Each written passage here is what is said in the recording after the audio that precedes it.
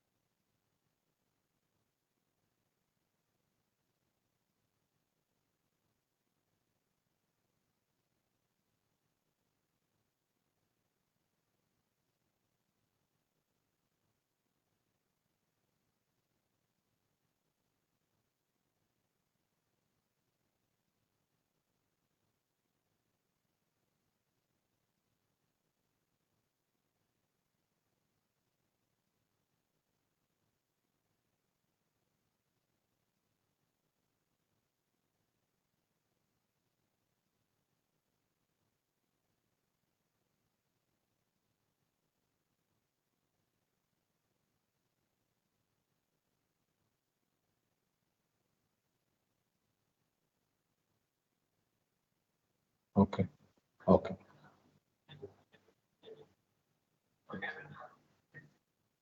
Yeah.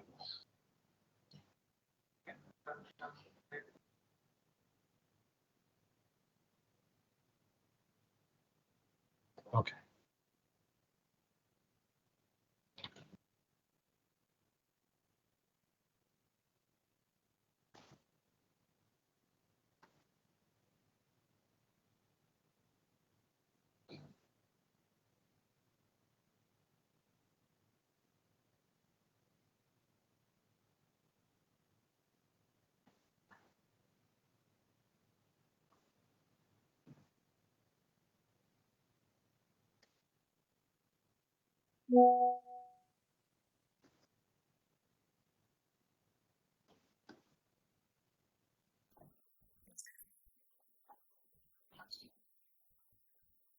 Yeah, I can hear you, Shrink.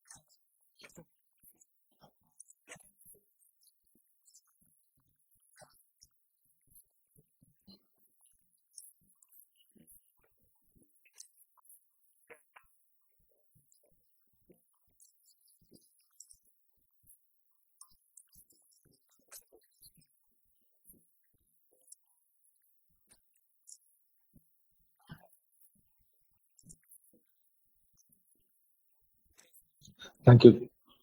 Thank you, Mr. Sheikh. And good morning to everyone. I am Dr. Miran, and today the presentation is going to be about the XML claims processing, how we do it in Abu Dhabi. So this topic is a very specific topic to the Abu Dhabi region, because the XML processing which we do, it is applicable only here right now. So the rules and regulations regarding to that, which I am going to explain today, everything will be applicable for Abu Dhabi region only. When I mean Abu Dhabi, it means Abu Dhabi, Al Ain, and the Al Dhafra regions. So the heading I have chosen is Demystifying Doh Xml, and the claims process. So most of them, when I see in the group, they're asking about the doubts regarding to XML. So what I understood is that most of them, they haven't been explained about the XML, the file system, why it is being done, and how it has to be. So that's why I have chosen this topic today. So any doubts you can ask me at the end of the session. So we will start ahead with the presentation now.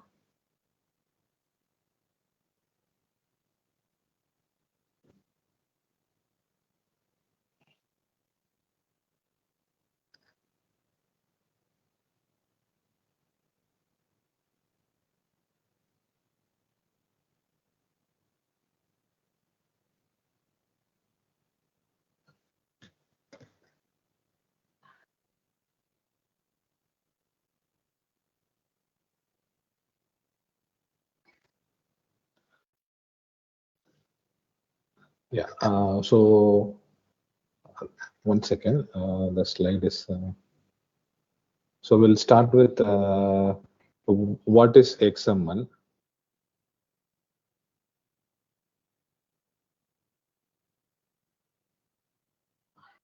Guys, my system is a little bit slow today. I don't know what happened. It's getting too much hang also.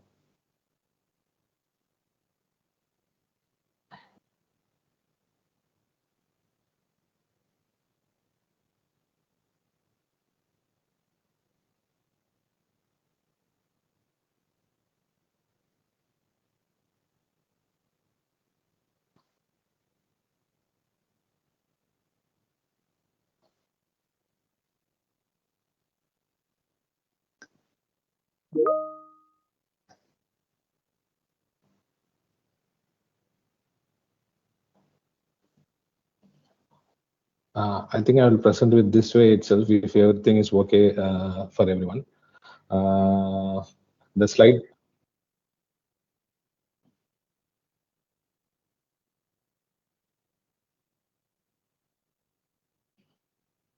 No, my laptop. I think that this is maximum if I do. If I go for the slide presentation, it is getting hanged. So.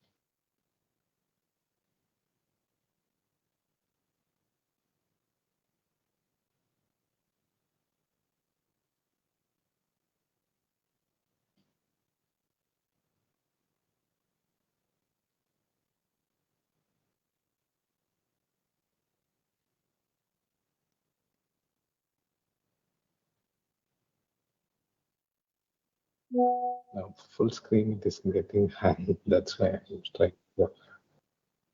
So, sorry guys, I will just proceed with this screen itself. Yeah. So, an XML. I think everyone have heard this word. So it just means extensible markup language.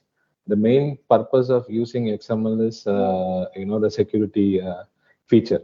So its primary function is to provide a simple text-based format for representing structured information.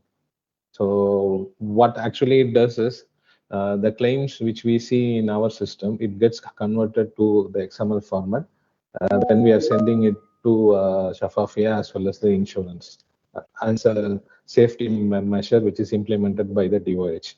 So the XML format is very strict on formatting, which means whatever the basic requirement is framed by the DOH, we have to stick with that. So any small error in the format, as many of you are aware, we are supposed to test the XML before we upload it to the Shafafia for sending it to the insurance company. So even a small change in format will cause error in testing. So that's why the presentation today is about what are the requirements framed by the DOH, so that whenever you guys face any error, you can just identify the error and rectify it.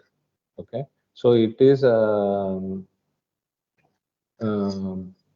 type of a programming language which consists of instructions to implement algorithm. While markup languages like XML, they are used to format data for processing by programs running algorithms. So when we send it as XML file, from the insurance side, they have programs which will turn it again into a claim for them to read. So normally for viewing and editing XML file, these softwares are the used one, the Notepad++, Microsoft Edge, and MS Word. Personally, I would prefer Notepad++. That is a very good tool for editing XML XML files. So, the Shafafia portal set by the DOH, it's called as a post office in general. It governs how healthcare information is exchanged and used within the healthcare system. Exchange meaning between the hospital or the clinic and the insurance companies. So when we are sending all the healthcare information to them, it is supposed to be going through an XML format so that it can be safe and secure. So it adheres to the data exchange standards defined in the data dictionary page of the Shafafia portal. So all my presentation, the content I have taken from the data dictionary page, from the Shafafia page. So the use of common language is very crucial for clarity and efficient communication, so that every facility, they use their own EMR softwares. So the DOH cannot say any word about that thing, that they have to use only this software. So instead of that, they have created this format, XML format, so that whichever EMR software the hospital is using, the format which the claims are sent to the Shafafi and insurance company, it will stay as an XML. So the Shafafi serves as both as the data standards reference and the data exchange software system. So whatever file we are sending to insurance, there is a copy which will be saved in Shafafia. Same way, whenever we receive a remittance, I mean the processed claim sent back from the insurance, the same one copy will be sent to Shafafia when we receive the claim details. So the XML formatted files are uploaded by senders for receivers to collect. And each XML file, they include a sender ID, receiver ID for secure identification. So sender ID is the ID of the facility. It can be a hospital or a clinic or any or a pharmacy. So everyone is assigned the ID, and the receiver ID is whoever is receiving the claim. It can be the insurance or it can be a TPA. So whoever is receiving, they are also given an ID for them. So next, the important part of the XML is what are the things which it contains. So when you come to the components, an XML, it will contain a header information, the claim identification information, encounter information, activity information, diagnosis information, observation, authorization. Until this diagnosis and observation, it is part of a claim. Authorization information is part of a prior authorization XML. So payment information is when we receive a remittance advice or when we receive the prior authorization. And personal information is when we send the person registered to the DOH in case of self-pay claims, self-pay or the tourism claims. So what are the types of XML we use the day-to-day in the Abu Dhabi region? So one we use is for claim submission, which we send to the payer or the receiver or to the Shafafi itself in case of a self-pay claim. So next one is claim resubmission, a person register XML, a prior request XML, then a prior authorization XML. Prior request is when the XML is sent from the provider to the payer. The prior authorization is when the provider sends back the approval to us. And then we have remittance advice. So remittance advice means the payment details of a claim. It can be the payment, or it can be the denials, or it can be a take back. So any communication from the insurance company towards the clinic, they are sent as a remittance advice. So we'll move into the XML explanation. As you can see the left side, this is how the XML will be appearing, as many of you would have seen. So the first heading is the header information. So this is on the top of an XML file, the header. So what does it contain?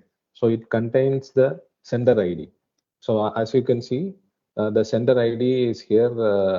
I'm just taken a sample. So it is the license number of the facility. So the license number is issued by the DOH for each clinic or hospital or provider. So this license number is identified as a sender ID, which we use to communicate between the insurance companies. So next one, the next line is receiver ID. So here I have used A001. So I think most of you know it represents the insurance company. So in case if it is a TPA, let's say a NAS or a Neuron, so the first line it will be showing receiver ID to the NAS. So NAS, the patient might be under different insurance like Takaful Emrat or so many insurance companies. They give their claim processing to NAS. So the receiver ID will be in NAS, and in the next slide, you can see after the claim ID, you will have here payer ID. So payer ID here represents the insurance company. So it will be part of the claim information, not the header information.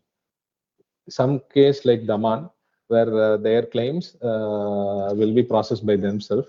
So both receiver ID and the payer ID will be same. So if you find any mistake, rejection from NAS, sometimes they reject even Nextcare, they reject using Clay12, meaning sometimes the payer ID will be wrong for that particular patient. So you can easily identify in the XML file whatever is reflecting, and you can cross check with the registration. Next is the transaction date. This means when the claim, the XML file has been sent. So whenever the XML file is generated, that time will be reflecting here. Record count is how many number of claim is present in the XML. Actually, previously there was no limit in the number of claim which XML can happen. It depends on the file size. The maximum allowed is 5 MB right now. So any XML file, if it exceeds 5 MB, the batch will not be created. So sometimes it can happen. I mean, you can combine 10 claims or even 100 claims in a batch, as long as the file size is not exceeding 5 MB. So usually it will be exceeding in case of resubmission where we attach any document to an XML.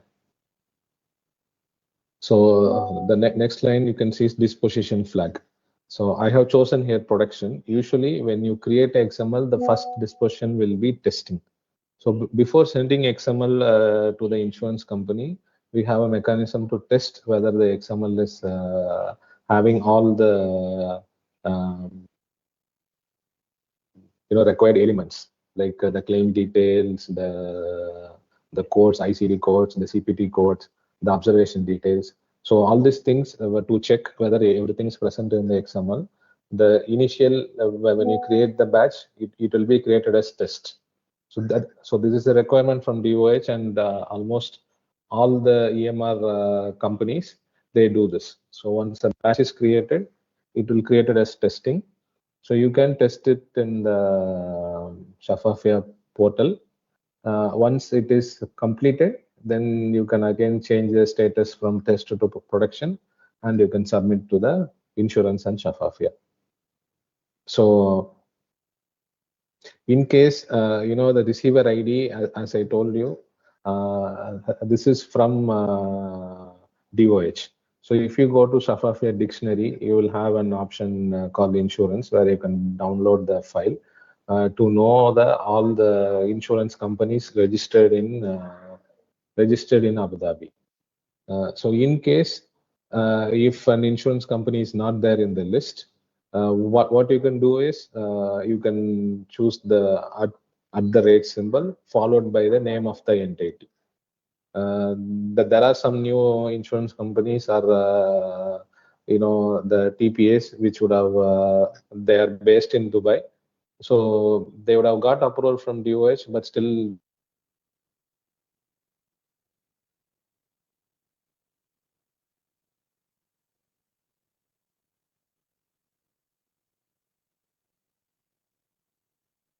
via dictionary you'll have the insurance. So the next part of the XML is claim identification.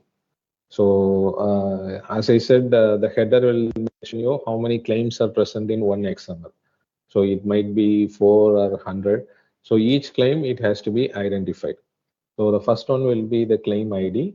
Next one will be the member ID. Then you have the payer ID. Payer ID meaning whichever insurance is going to pay the claim. So in the TPAs like NAS and Neuron, they are claim processing companies, third party.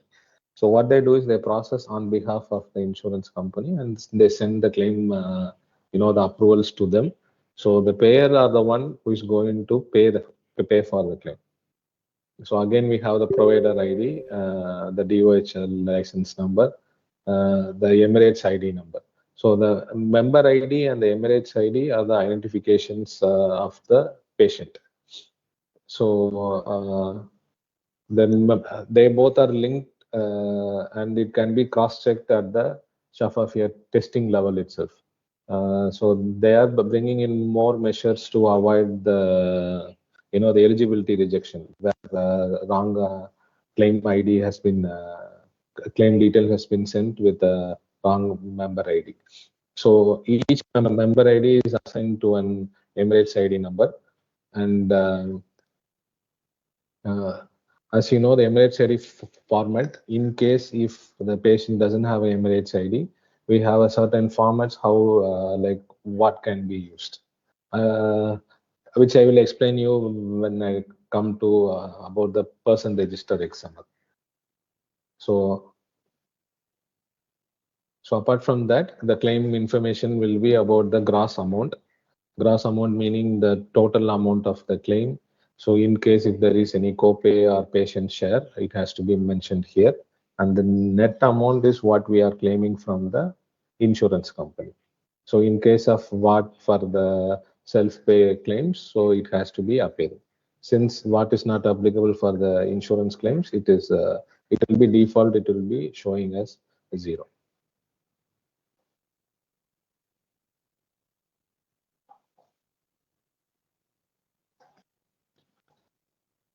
So as I told you, for the Emirates ID, the government has assigned a unique number for each citizen or the resident in UAE.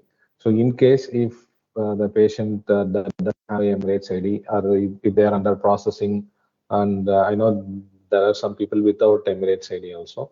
So in that scenario, if it is national without a card, we are supposed to use as 000.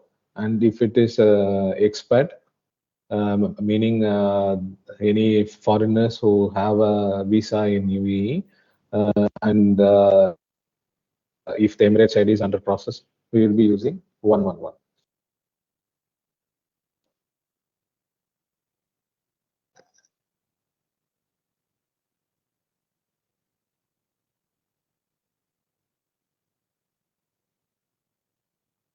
So the next will be the encounter information.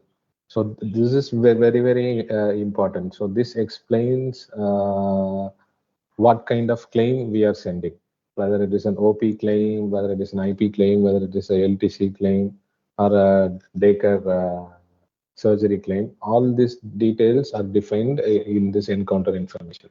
So again, the encounter information, it will start with facility ID, and we have what type of encounter, again, patient ID, start time, end time.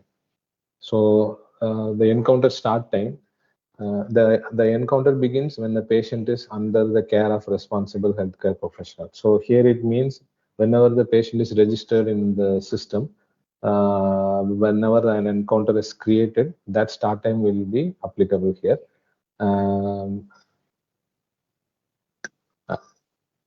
In case of a newborn patient, the date and time of birth will be used as a start time. So then we have encounter type. So encounter type is as you can see on the right side of the screen. So whether it is one refers to an outpatient claim where there is no requirement of bed or no emergency room was used. Number two refers to the emergency room visit. And number three, four refers to the day case, the inpatient. 5 and 6 refers to day case, and other numbers refers to a specific reason why the patient has visited the clinic. So based on this, the insurance companies can identify what is the purpose of the visit and why we are sending the claim, whether we are sending it as an OP claim or whether we are sending it as an IP claim. So they can determine by this number.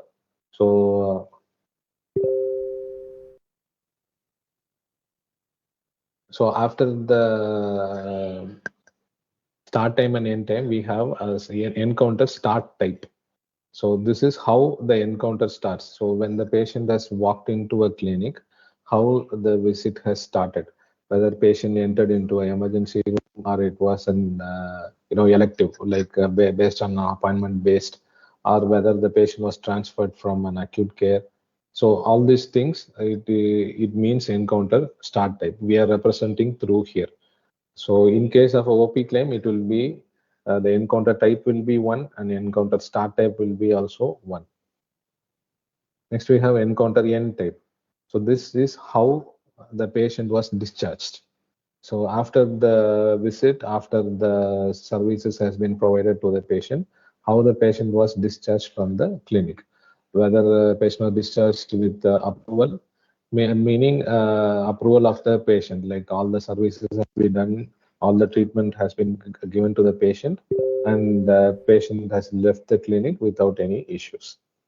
So number two, discharge against advice, where the patient was requested to stay for more treatment and patient has left against advice. In this case, usually we are supposed to get a form signature from in a form so that patient has left against the advice. So then we have 3 for absent without leave. Number 4, transfer to an acute care. In case of any emergency and the facility, if they don't have enough provisions to provide the service, they will be transferred to a bigger facility. So when we are doing that, we are supposed to mention number 4. And once you choose that encounter end type as 4, we are supposed to choose which hospital the patient is being transferred. So usually the EMR, every EMR, they will have a provision for this. Whenever you choose number 4, another option will be opening to choose the name of the facility where the patient has been transferred to. Normally for other options, you don't get the additional option. So whenever we are transferring, we are supposed to mention which facility we are transferring the patient to.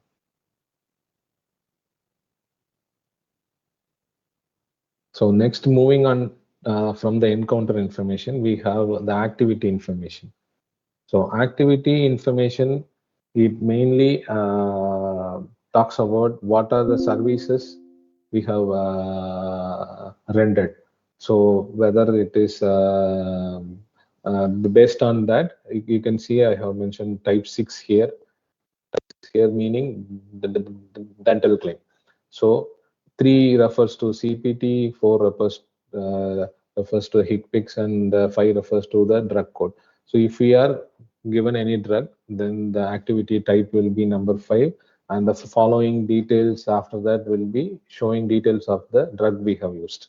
So since I have used number 6 here, so the next code will be the USCLS code, and after that the quantity, the net, we have the clinician details who have performed. If it requires a prior authorization, then one more line will be added in the XML when we use the prior authorization. Wherever is not required, this line will not be present in the XML. So here, what another we have is the activity start time. So each activity, it has its start time. So this is a very important point, as it has to be reflecting in the XML where we are using time-based codes. So let's say example, the most common example would be the the infusions and injections. So in case if we are using one injection and one infusion, the insurance, they will come to know like how much time it has been we have utilized through this, through the start time. As you can see in the activity details, there is no end time. It has only the start time. So in the gap between two start times is calculated as the total amount of time the service has been rendered. So let's say for an infusion scenario, so the first infusion was started at 9:40 here. So the next activity, I mean, after this line, another activity for 96367. If we have built it at 9:50, then the previous this one with the 96365, the insurance will consider that we have billed within 10 minutes. So what will happen is they will reject, stating that this is not proper recording. They will reject it as with clay tool. From Daman side, they reject it as clay tool because infusion 96365 minimum time is like 16 minutes. So if this is built at 9:40, the next service has to be built at least at 9:56. The next service's start time. So the start time is very crucial. It has to be reflecting in the XML. In case if you see an rejection, you can go back to the remittance advice XML and you can cross check, or the claim submission XML. You can cross check for that particular claim what was the start time which was reflecting in the XML. So sometimes even because of an EMR error, the timing can, sometimes all the service, all the activity, it can reflect the same time also. In that scenario, you will get rejection for all the infusion injection. As of now, Daman, they are checking the timings only for the CPT codes.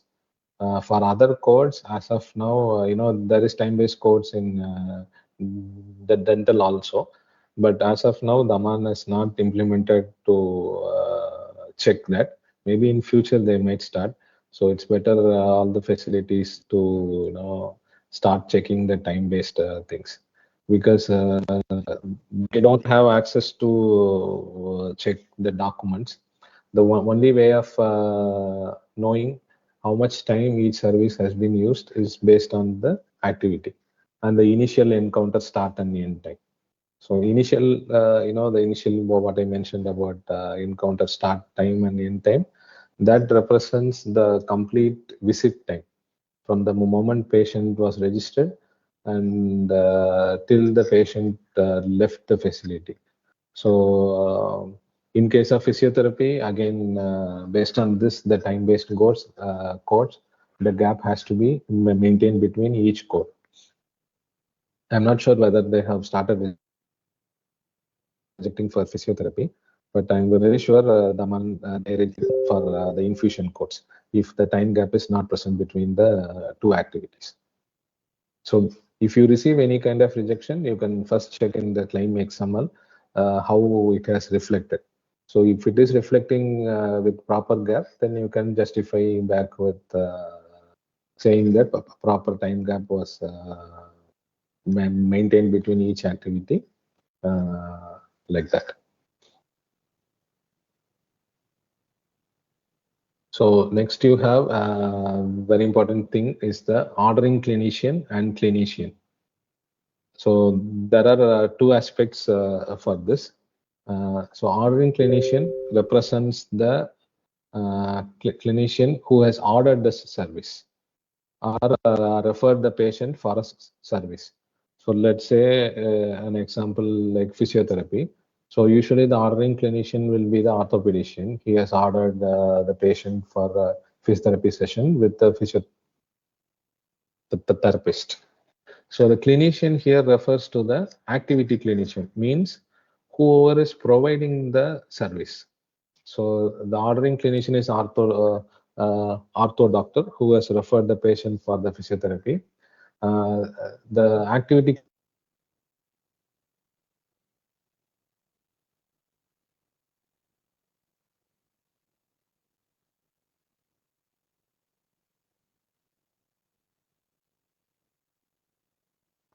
So as you can see, when it comes to a radiology service, it will be the radiology technician's ID number reflecting here. In case of rehabilitation, whether it is physiotherapy, speech therapy, or occupational therapy, it will be the technician names in the ordering clinician. So I've seen recently many queries about the unifying claims. So as per DOH, uh, for a patient, uh, any claim per day, we are supposed to send it as one claim. One claim if patient has same ordering clinician. So what it means is if patient is referred by uh, pediatrician to a speech therapist and occupational therapist on same day. I mean, for both the services. So patient comes on same day, patient attends a speech therapy session, and after that they attend the occupational therapy session. So what is the issue is both of these services is ordered by the same doctor, the pediatrician. But the performing clinician, I mean the activity clinician is different, a speech therapist and the occupational therapist. So previously, most of the facility, they were sending it a separate claim for speech therapy and separate claim for occupational therapy. That is actually wrong. We are supposed to send it as one single claim because the ordering clinician is same. So what has to be done is the same claim should must contain all the activities in a single in a single claim, both the speech therapy codes and the occupational therapy codes. So the ordering clinician will be same, but the activity clinician it will be different. So this has to be done from the EMR side. The EMR software vendor, they are the ones supposed to give provision to make sure both the bills are merged in single claim or however possible. Some of the EMR already they have this provision. So in case they have the provision to make add all the CPTs in a single claim and then change the ordering clinician I mean activity clinician name for each service. So this has to be done from the EMR side so that when the XML is generated, both the speech therapy and occupational therapy services will be combined and sent as a one claim. So if you split and send it as a two claim, you will get rejection as a rejection with clay 16. I think that's the code they're using right now. So there is nothing to do from insurance side, sending justification that both are different activity clinician. Since the ordering clinician is same, it has to be sent as one claim. If time being, if the EMR vendor cannot do this, then manually you have to add all the services under the activity and you have to change the net amount manually and you can submit the claim so that it will be approved.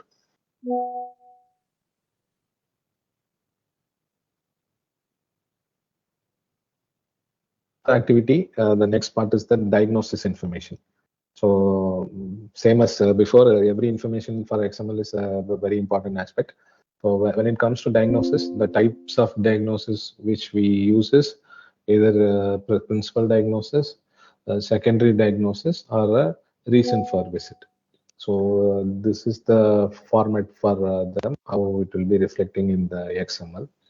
So when it comes to principal diagnosis, as per DOS, there is a requirement for certain codes where the year of onset is a mandatory thing. So we have a list, a big list, which you can go to Shafafi and download and see that which all the diagnosis requires the year of onset. So this is how it will be reflecting. So I have put one example, diabetes unspecified code. So when we use this code, the year of onset is mandatory. So the code, the year of onset and which year the diagnosis is happened. So this is the format. Again, if this is not reflecting in XML, you will get an error. Then we have a reason for visit. So this is specifically introduced because based on the medical necessity rejections we get. Insurance, whenever we claim a service, they expect a medical necessity for the service through the diagnosis codes. Example, if we are doing X-ray knee, so then we have to mention why the X-ray knee was done. So that the reason could be pain in knee. But if doctor has confirmed the diagnosis, it will become excludes one so that we cannot be using it. But for the sake of justification, why the X-ray was done, we are supposed to code pain in knee also. So for these scenarios, the reason for visit was introduced. So when we code any ICD under the reason for visit, the excludes one rule will not be applicable. So whenever you see a doctor has mentioned the diagnosis in the final impression or the narrative diagnosis, and if you find it under exclude one with other diagnosis, you can code it under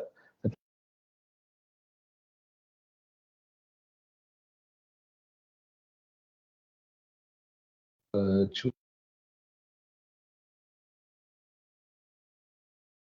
reason for visit. So moving on to next part is the observation. So observation information is it is actually part of the activity information. I have made it like a separate thing because it is there are so many different types of observation we use for each scenario. There are so many scenarios where we use. So one of them is the CPT code for the labs. So as you all aware, as per DOH requirement, there are some specific lab codes which requires the lab results to be sent, to assess to monitor the patient. DOH, they have so many monitoring mechanism for cancer screening, for diabetes. So many screening things have been they have been followed. So for that purpose, for certain codes, the observation is mandatory. So how it will be sent is through the lowing codes. So they have a list. If you go to Shafafia reporting requirements and routine reporting, you can download an Excel sheet where I have taken a screenshot from there. So which are the codes, the observation value is mandatory, and what are the lowing codes and what kind of values we have to use. So this has to be again implemented by the EMR team, and the lab from the lab end they are supposed to use these values. So let's take one example for HDL. Most of the labs they use milligram per deciliter as the value type, but the DOH requirement is millimoles per liter. So if they are still using milligram per deciliter, either you have to convert manually. There are online. You can check online how to convert the value from milligram deciliter to millimoles, or from the lab end they have to update their system so that the values are reflecting in millimoles. And each code they have a specific line codes which is required from the DOH. There are even alternative codes for each codes also, but these are the codes the DOH expects. All these are for monitoring, the chronic disease status of the patient.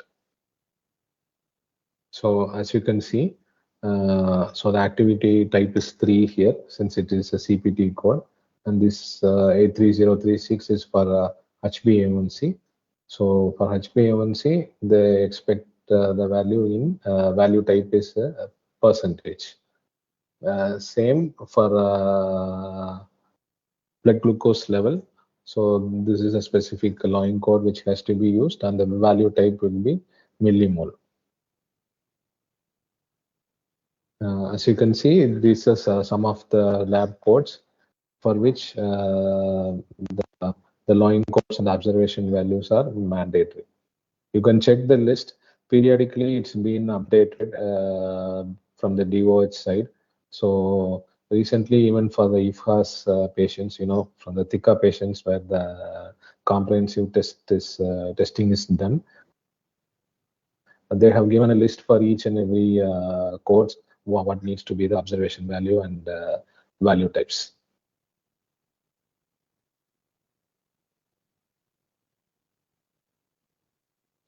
So same way, as you can see, LOINC, it refers to the international standard for coding the laboratory results, so that when we send it as a XML file, XML format, I mean, whoever is receiving the data, they can identify based on the line codes what kind of testing methodology was used and how much is the values. So apart from that, we have modifiers also. Modifiers also has to be used under the observation information. So this is an example where I have used for the code 69210.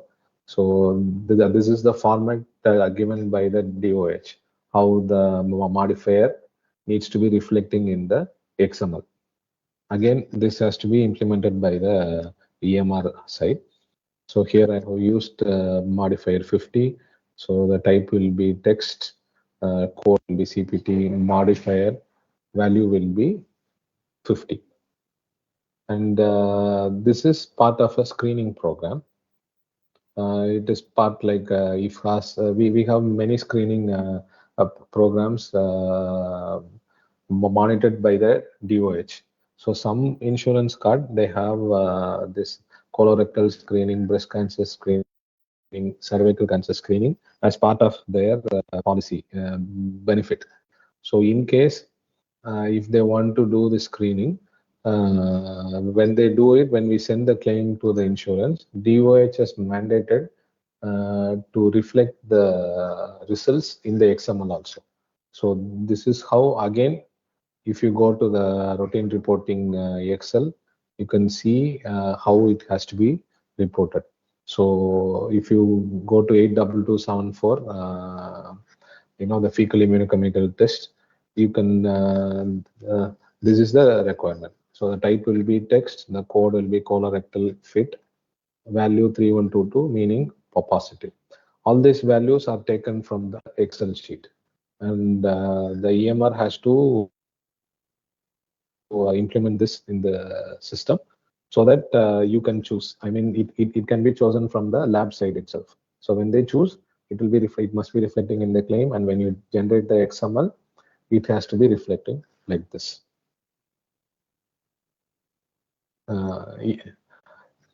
So modifiers which have been approved by DOH, there are so many modifiers as per the CPT, but the modifiers as of now, which is allowed is, the 50, 52 this series, and based on the location, left, right, and name of which finger and which toe finger. So these are the modifiers used by the Abu Dhabi providers as of now, as approved by the DOH. Again, this list will be present in the routine reporting Excel. In case if there is any new updates, it will be reflecting. As we received a recent update for modify 25 and 50, where they have given a list of CPT codes for which these modifiers can be used.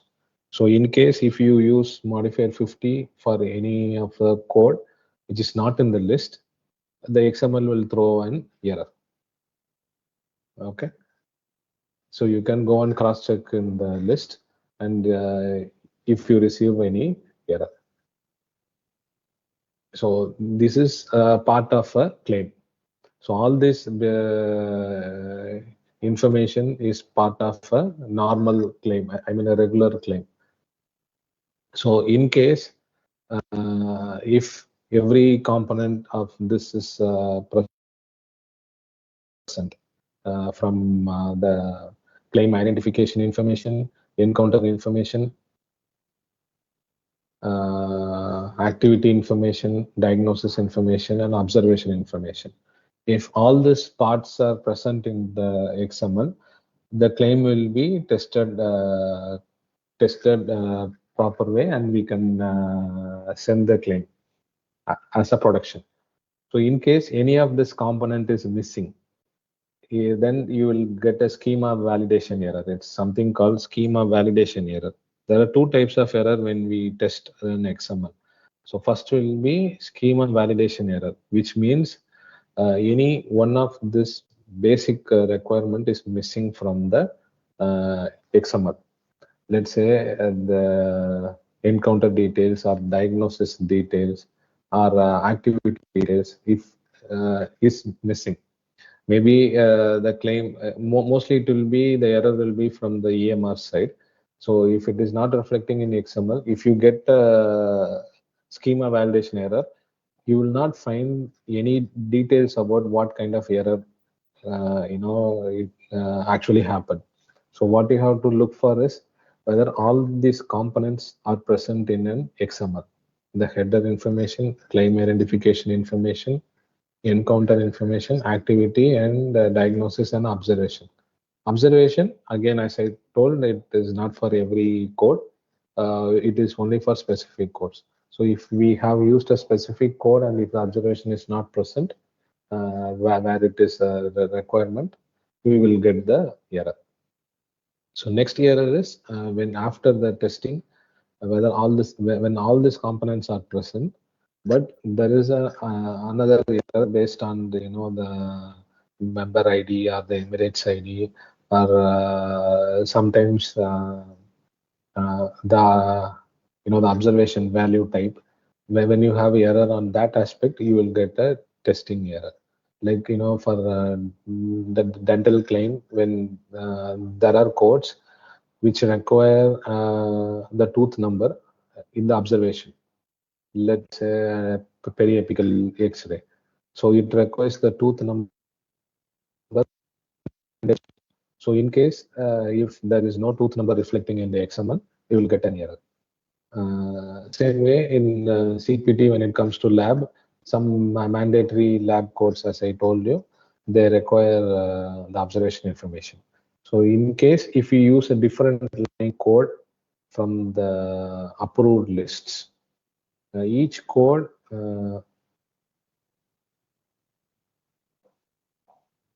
each CPT code apart from these two are the one of, let's say for random glucose test 14749-6 and 15074-8. These two are the login codes approved by DOH. This is purely for monitoring purpose. So apart from these two, there are other login codes which you can see. If you go to login website and download the list for all the CPT, if you type glucose and search, you will find so many login codes. But these two are the only two codes which is approved by the DOH. So from the lab side, if they used a different code, each code is usually depends on what methodology they use. So based on the methodology, they chose the code. Most of the systems in lab, they're integrated with the Loink. So by mistake, sometimes the lab technician, they can choose a wrong Loink code.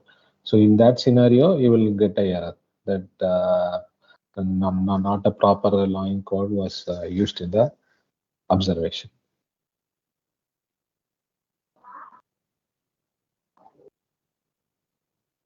So these are the parts of claim requirement, and these information are the required information for an XML. So next we move on to the remittance advice. So when it comes to remittance advice, as I told you, this is the XML sent from the insurance to the hospital or the clinic. So it will contain payment reference sometimes if we have received payment, or it will contain the rejection information, or post audit it can contain a take back information also. So what it will contain is a payment reference, the provider ID, the claim ID, the date of settlement. So all this data will be saved in DOH site also as a precautionary measure, so that the whole system is transparent. So each claim, how much amount is settled, will be reflecting here. So again it will contain the activity details for each activity, the amount which is the net amount which we have claimed to the insurance. Then we have the gross share, patient share, and payment amount. So payment amount refers to the amount paid by the insurance. In case if it is zero, then it will be followed by a denial code. So this is not actual thing. I have added the denial code line here. So in case if there is a zero payment amount or partial payment amount, like it will be followed by a denial code. So this remittance advice, once we receive through the messenger, once we upload it in the system, it will reflect to the it will reflect in the claim with whatever the denial code is present. So this payment reference usually means uh, that, I mean, this reference number is the one which we use to cross check with the bank details. So whenever the payment is sent from the insurance to the bank, they send with this reference number, so that we can cross check with the claim. The payment received is for which claim.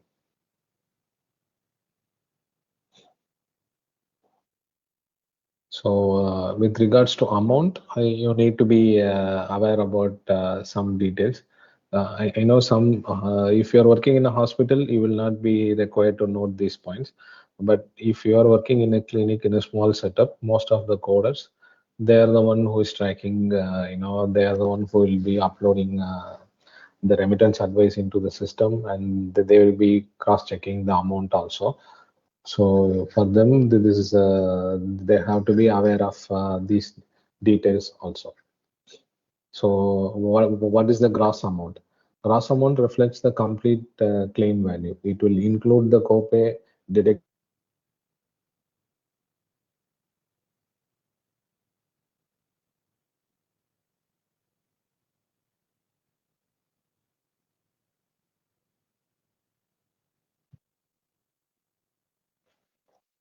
Then we have patient share. So usually it is the fee which is collected by the clinic, by the provider from the patient. It can be either a copay amount or it can be a deductible amount. All this has to be reflected in the XML for transparency purpose.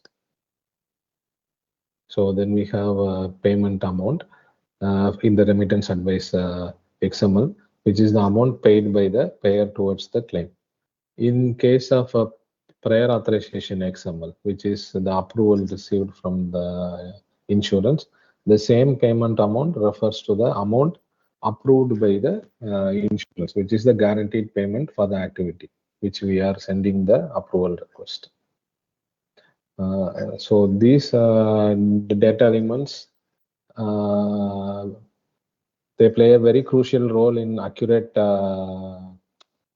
billing and tracking patient care within the Shafafia system. The whole purpose of creating this XML is make sure communication is very accurate between the provider and the payer, and from the safety aspect also.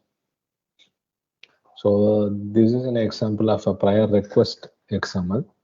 So what is difference from a normal claim and the prior request XML is, we have the chief complaint which is integrated to the integrated as a observation along with the code, along with the, usually if you are sending multiple CPT codes, the first code will reflect the chief complaint as the the observation value. So in case when we send a prior request, the justification during the request itself can be sent through the chief complaint section. So in the provision of each EMR, in the chief complaint section, you can enter the detail why the claim request is being sent, the purpose of the claim.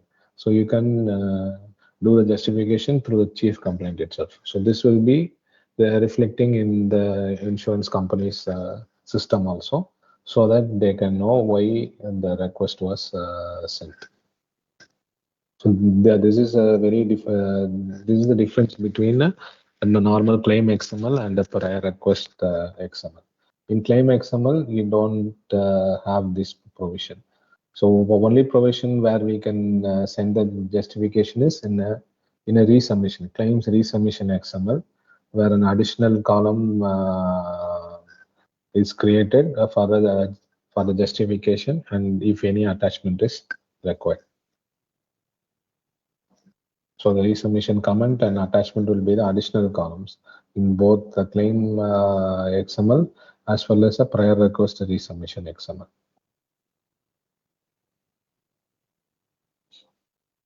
So next one is a prior authorization XML. This one is the one which we receive approval or the rejection from the insurance side. So the difference here is this XML will contain the result, yes or no. Yes meaning approved and no meaning rejected. Then you have the ID pair, which means the authorization ID.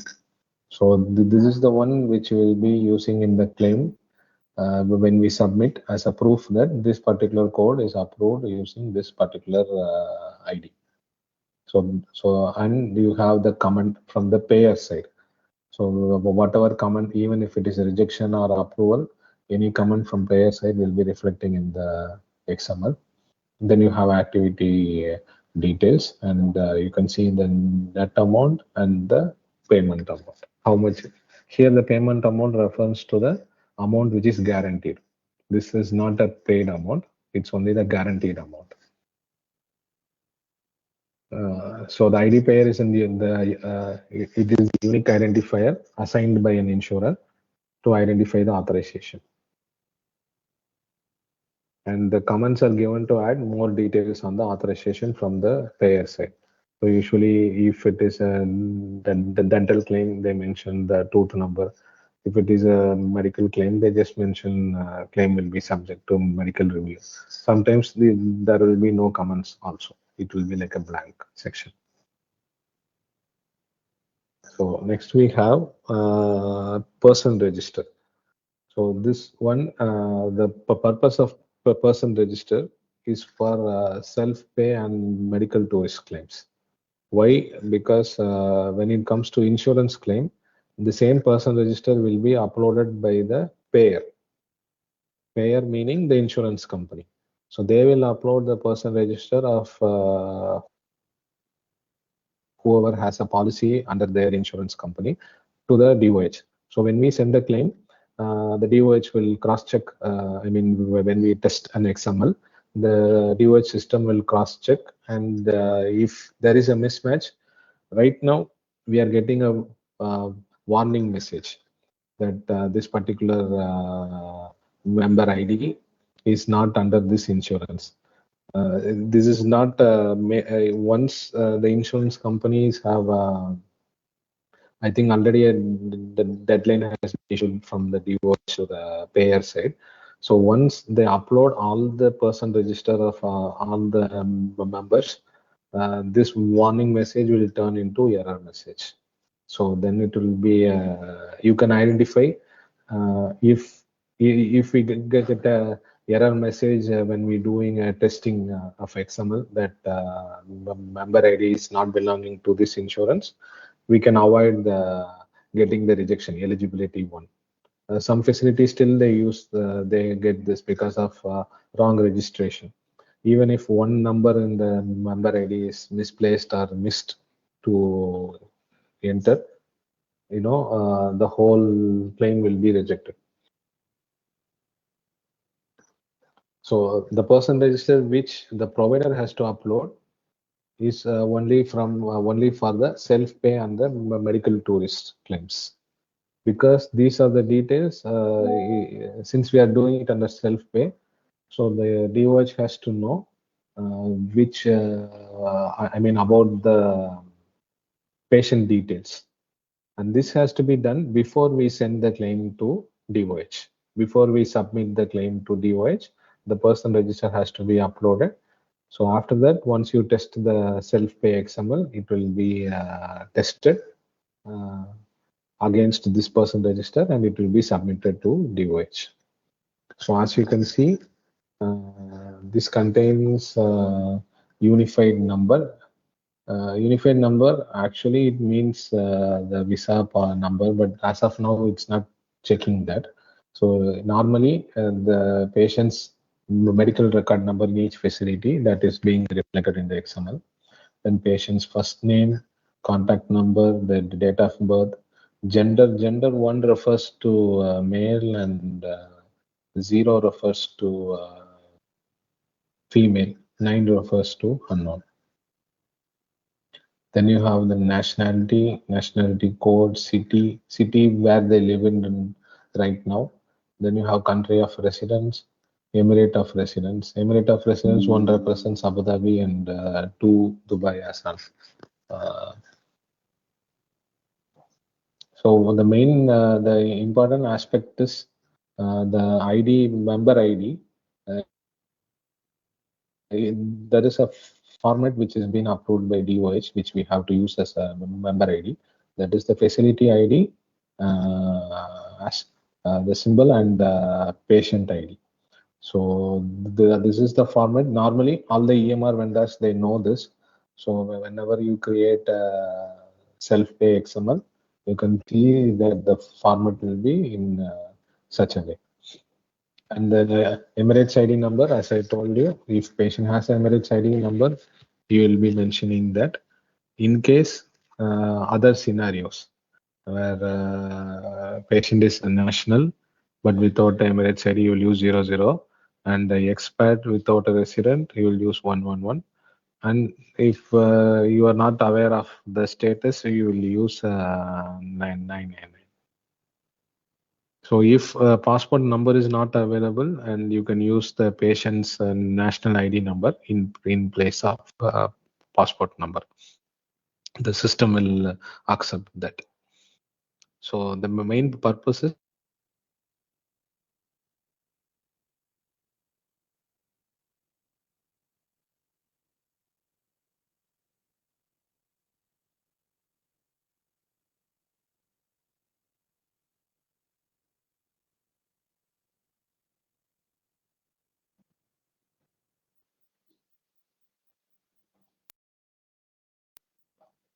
that whoever has the Emirates ID, they all are claimed as self-pay claim, and who doesn't have Emirates ID, they will be claimed as medical tourism. This is the rule presently given by DOH. It might be changed in future also.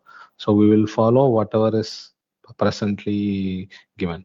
So anyone without Emirates ID and whoever comes for the purpose of treatment to UAE, they are considered as tourists, medical tourists.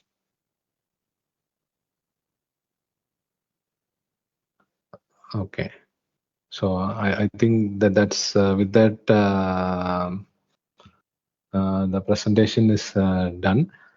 If anyone have any doubts, maybe you can ask them and I will answer. Sheikh? Yeah.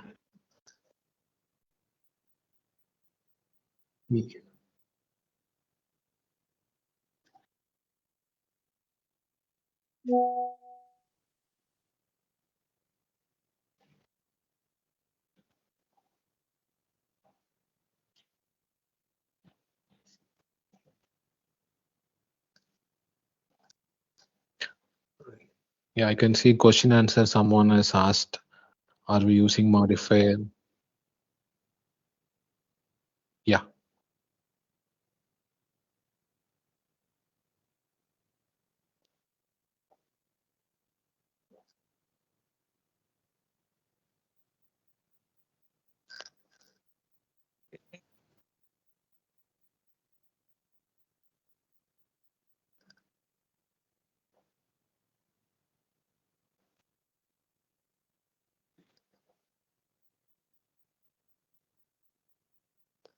Someone has asked in the Q&A whether are we using modifier 59 right left currently. Right left we are using 100%. We are using it.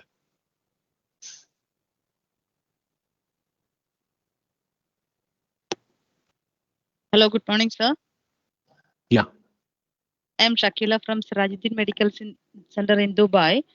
These laws is applicable in Dubai also. This time-based code, whenever we are sending the invoice, it must be showing the time. Sorry, this is only for Abu Dhabi. I'm not sure about Dubai's regulation. This is from DOH, and it is followed by the from DOH, especially Daman. Dubai, I'm not aware of.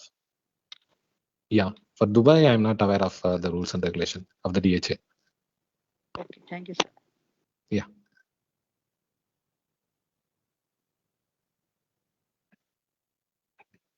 Yeah. And I think someone has asked whether 59 being used. Yeah, 59 is approved by DOH. It is in the approved list. And even left-right is also approved by DOH. In case X-ray done, the knee, left knee or right knee, you can we can choose left-right.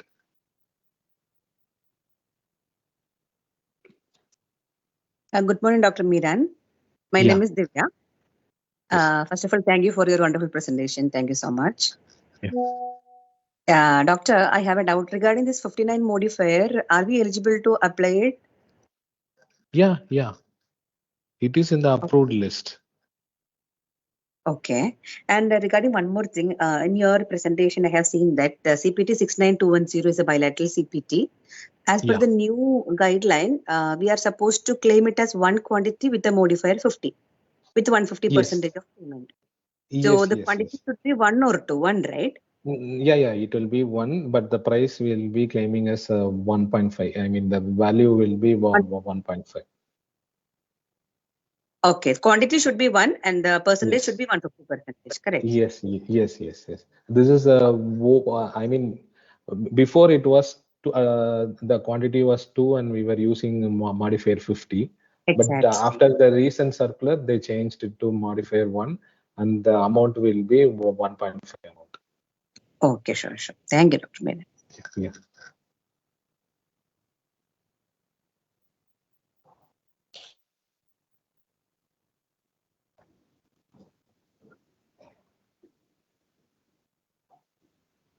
Excel to an XML. I don't know why they are using Excel. Normally, when we receive the remittance, it will be received as XML. XML file can be opened in Excel directly. Yeah. Again, it depends on the EMR. Yeah, again, depends on the EMR only. Good morning, doctor. Yeah, good morning. My name is Adra. Thank you for this wonderful session, doctor. Doctor, I have some doubts regarding the passport number. It's part of person registration only. And is it part of claim also? Yes. Claim XML? No. Only part of person register for the self-pay claims. Okay, doctor. Okay, thank you, doctor. And another doubt, doctor, regarding the encounter end type. Yes. Okay, when we are using the encounter end type patient transfer, deceased or discharge, do we need to bill the last date? Like if the patient is transferred to acute care, maybe we are not billing the last date of service. I didn't understand the question. Like you want asking whether it can be included in the XML, the claim? Yeah, doctor, like if the patient is transferred today to acute care, maybe we are billing till 15th only. So can we use to another facility, right? You're talking about another facility. Yes. No, until the time of transfer, whatever service is done, you can claim. Okay, then we can bill till 16th and then use the encounter end type patient transfer. Yes. Am I correct? Yeah, you can. Because whatever services you have done in your facility, until the patient is left your facility, you can claim. IP encounter, doctor. Yeah. If it is a per diem claim, then whichever is included in per diem, it will be included.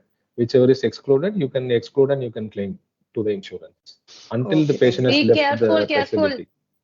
Yeah, doctor, another doubt. Hello? Hello? Sorry, doctor. Sorry, doctor. Doctor, another doubt Yeah. is regarding the continuation of care, doctor. Yeah. Like a LTC settings, the patient may be staying for a long period. So, if there is any encounter like encounter type 13 in encounter M type? No, LTC, there is a, if you see the rules and regulation from DOH, how to bill an LTC claim, there will be a specific encounter end type and start type to be used. Yes. Careful, boys. Others, please mute, please. Hi, doctor. Yes. Hi, doctor. Can you hear me? Yeah, I can hear you. I'm another person asked a question. Just a okay. Yeah, you can see the encounter start type 7, and here it will be encounter end type will be 7. These are the ones in normally discharge transfer to non-acute. Encounter type 4. Discharge transfer to acute care, and the next LTC claim will start with number 8. Sorry. 8.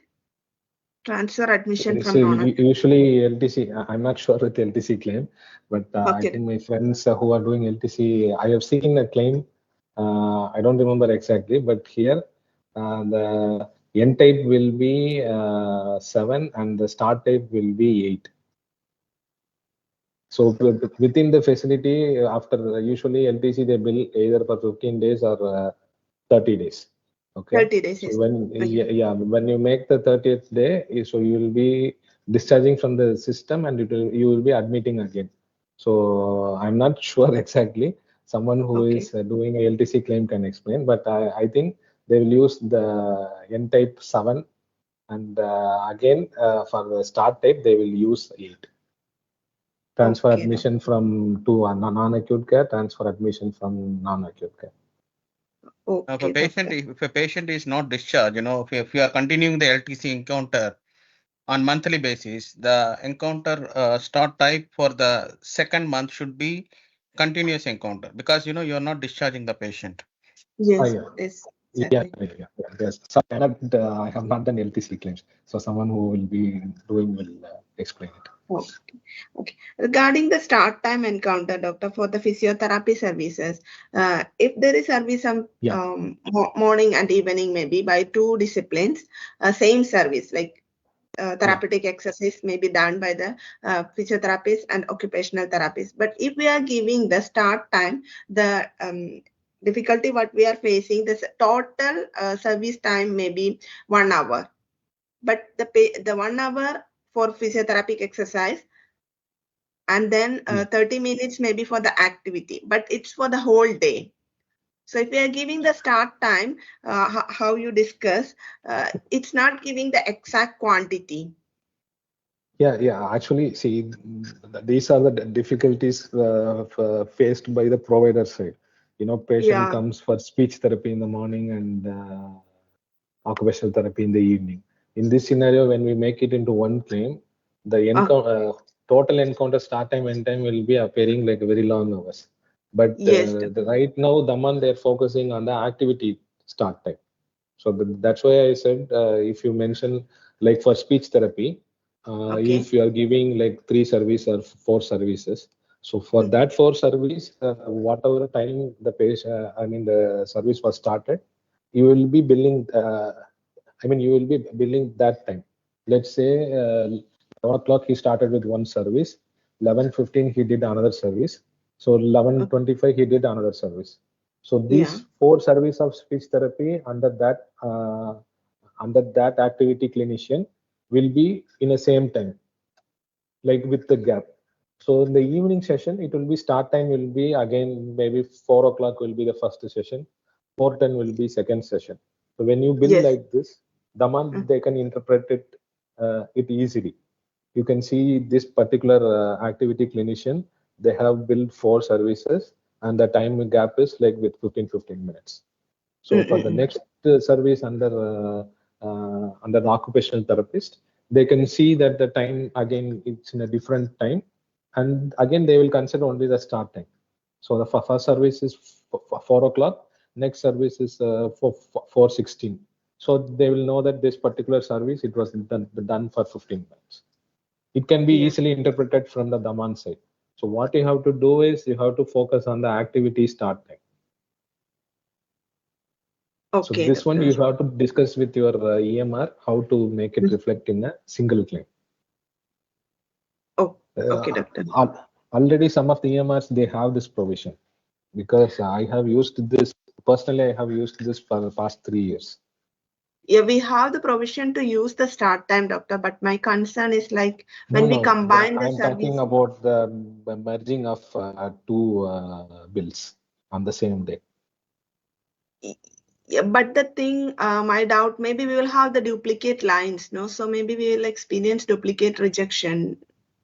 No, that's why I'm saying. See, some EMR when they convert the claim to XML, if same CPT code is used in 2 different times, it will merge into one, and it will reflect as quantity 2. We have faced this issue like 2 years back when we introduced this merging of bills. Then the EMR vendor they did some back-end work, and they made sure it is based on the time based. So if the same CPT done in 2 different times, it will reflect as 2 different line items in the XML. That's why I'm saying this has to be done from the EMR side. If they are not doing, then you have to do it manually. Okay, doctor. Thank you, doctor. Yeah. Hello, doctor. Yes. Hello. Yes. No, doctor, Yeah. hello, doctor. Adding to her query. Hello. Anyone? Yeah. Anyone? Yes, Dr. Miran, this is Purnima speaking.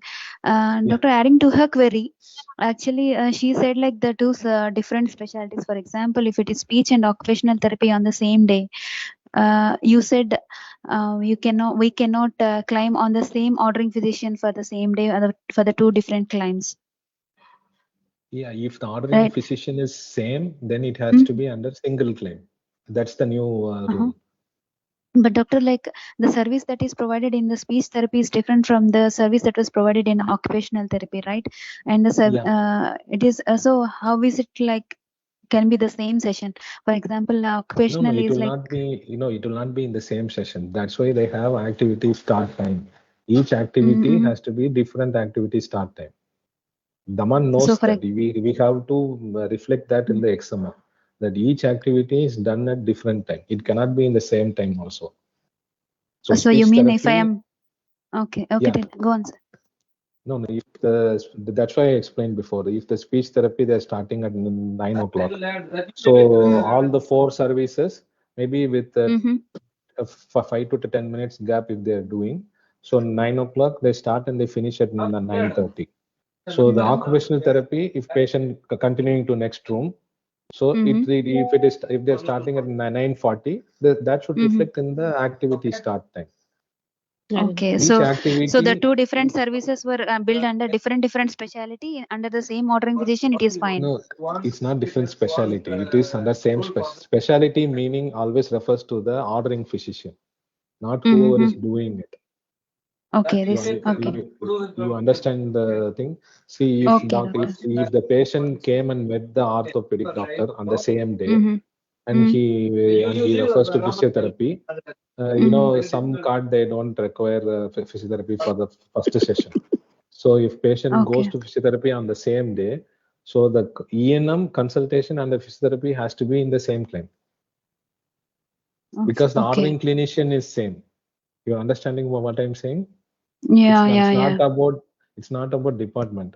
Speech therapy, occupational therapy, they all fall in same department, rehabilitation department. They are not separate department.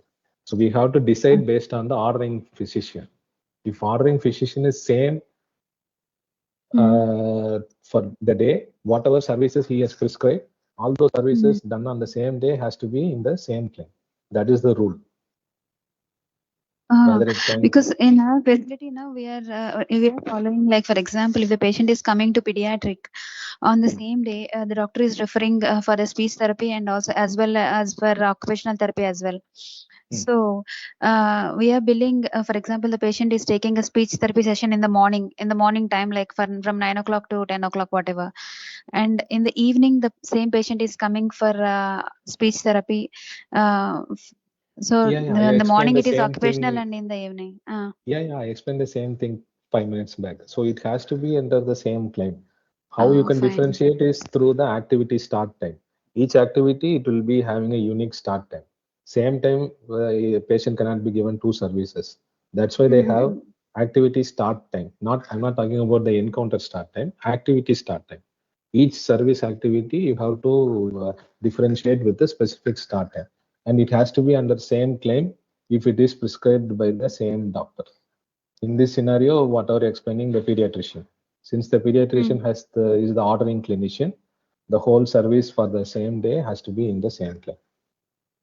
This one you have to speak with your EMR. This is the requirement. It's been long time from the DOH. Daman they have implemented recently. They made it mandatory, and they have started doing rejections. I think some of the facility they have already applied this, and for past 2 years we are following this. And thank you, doctor. Yeah.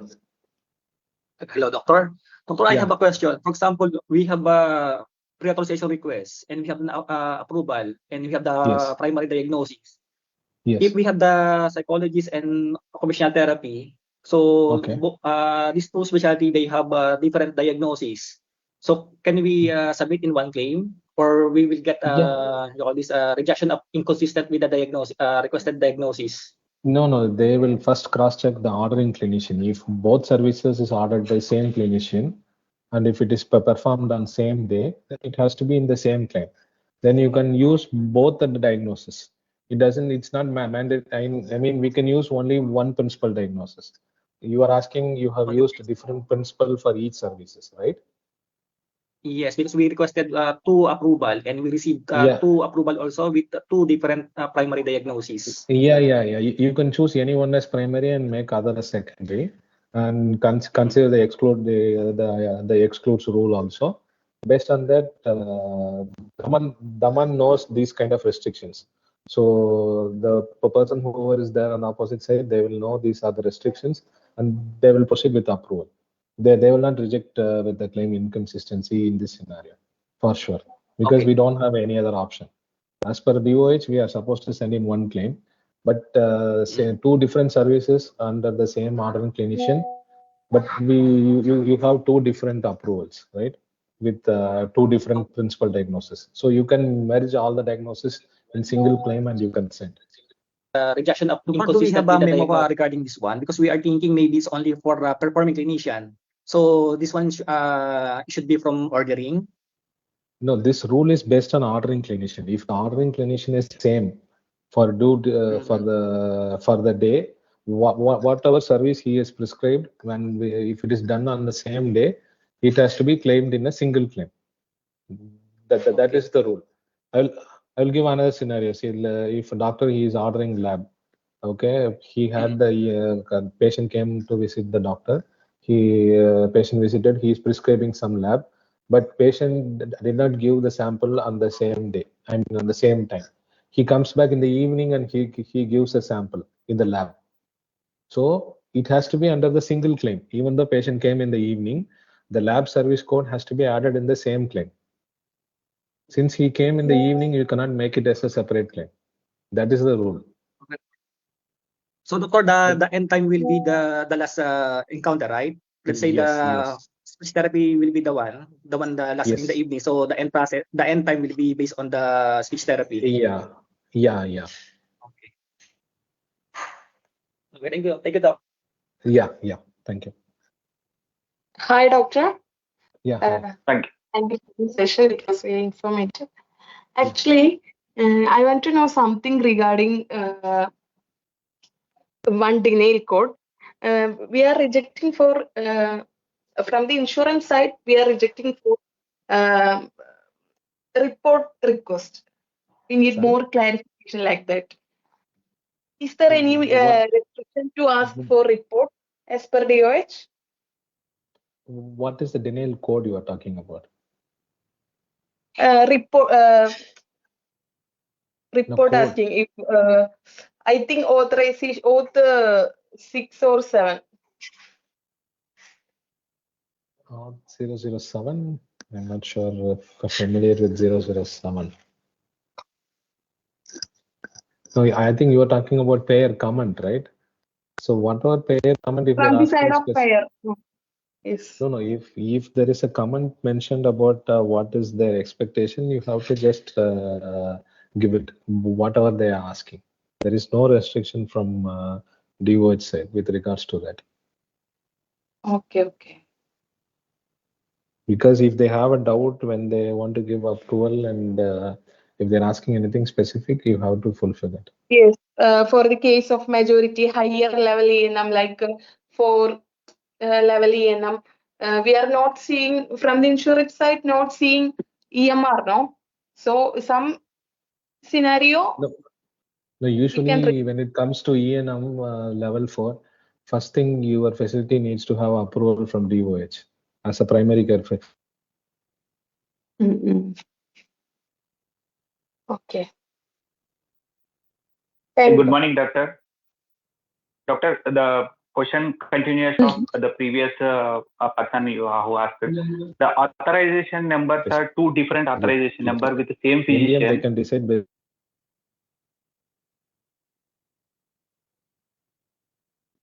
Hello? Hello? Doctor. Yeah. Are you hearing me, doctor? Yeah. Now I can hear. Suddenly it got cut. So the previous, I'm continuation of the previous question, the person who asked, the two authorizations are performed for the same physician order, but two different authorizations. But in XML, as a limitation, we can report only one authorization, sir. The second one they were denying as a R001. So how can we resolve that one? No, this is from the EMR side. See, each as I showed you in the presentation, each activity we can have the provision of authorization number. Each activity. Okay, so each activity there is a provision to add the prior authorization ID for each activity. So since you are saying two approvals, the EMR should be having the provision to make sure in the XML for the first 4 services it should reflect one authorization ID, and the next 4 services the other authorization ID should reflect. Hi, sir. Think that, okay, sir. Sir, one more thing, as you given one example, sir, about the lab. The doctor is ordered the 2 doctors, different specialty doctors orders for the labs. So this person did lab visit, but the ordering physicians are 2 different. The labs are collected in the same encounter. Do we can report both the ordering physician labs in the same encounter with a different ordering physician? No, the whole encounter is based on the ordering physician. If 2 ordering physician, it will be 2 different claims. You're getting and it was denied before clay 12, right, sir? You in the presentation you mentioned it's a clay 16 it was denied. So clay 16 is correct or clay 12 is correct? The insurance they use clay 12, clay 16 irrespective of the thing. See, ADNIC they use clay 12 if a claim is flipped on the day. I mean, if same ordering physician 2 claims are sent, ADNIC they approve one claim, they reject another claim with clay 12. Daman previously they were rejecting clay 12, now they are using clay 16. Denial codes doesn't matter. Sometimes they use this and that. The main issue is the concept is one day we can if an ordering physician whatever activities services done under one ordering physician has to be in a single claim. That is the idea. Okay, thank you, sir. Thank you, doctor. Yeah. Good morning, Dr. Miran. This is Kalpana. I have one doubt. We are receiving this circular for 50 52, this modifier only February 1st, but we didn't receive any circular about RTLT modifier. We are not using also. That circular came in 2019 actually. It's not recent one. Since 2019. But we are not using still RTLT. Is this mandatory, sir? Because we didn't receive any mail recently also. No. For 69210 also. That's why, yes. That's why I'm saying these things circulars came in 2019. They were implemented by DOH and Daman since then. Right now, there is no mandatory thing. If you are using, it is a way to differentiate for the insurance. Okay. See, if you are claiming right knee pain, and if you code RT for the X-ray, it will be, Daman will know that you are using proper modifier. It is being used for a long time now. So the recent one is mandatory thing made is only for the 26 and 52. That is to differentiate the claim, whether it is following in the follow-up period or different diagnosis. Only for differentiation purpose, they have asked to use the modifier. RTLT has been under use for the past 3-4 years. So there is no recent circular. It's all this being old circular. There is no. They told it is mandatory, but Daman is not strict about it. Maybe they will implement in the future. Even we are not using 59 modifier also. Is that also mandatory? No, again, it depends on the situation. No? There is no mandatory as of now. See, modifier for you, it's a way to show what the claim is about. If because we using come 50, to know. This updates and all from this webinar only we are coming to know RTLT 59 everything. That's why I'm asking any circular. That's why I want to show this in the presentation. These have been under use for the past 3-4 years. It came out in 2019 and 2020. Many places they implemented it. So if it is there, it will be useful for yourself. Okay, because here we are using if ophthalmology, doctor done dilation and closure means we are billing only closure. If we can use 59 modifier means we can bill both, no doctor. So yeah. See, that's why usage of modifier depends on the situation, how the claim is. If there is a requirement, you can use. The question is whether. Come. Hello, and I just showed you the list of modifiers which is approved by the DOH. You know there are so many modifiers, but DOH has approved only. You can see my screen, right? Yes, doctor.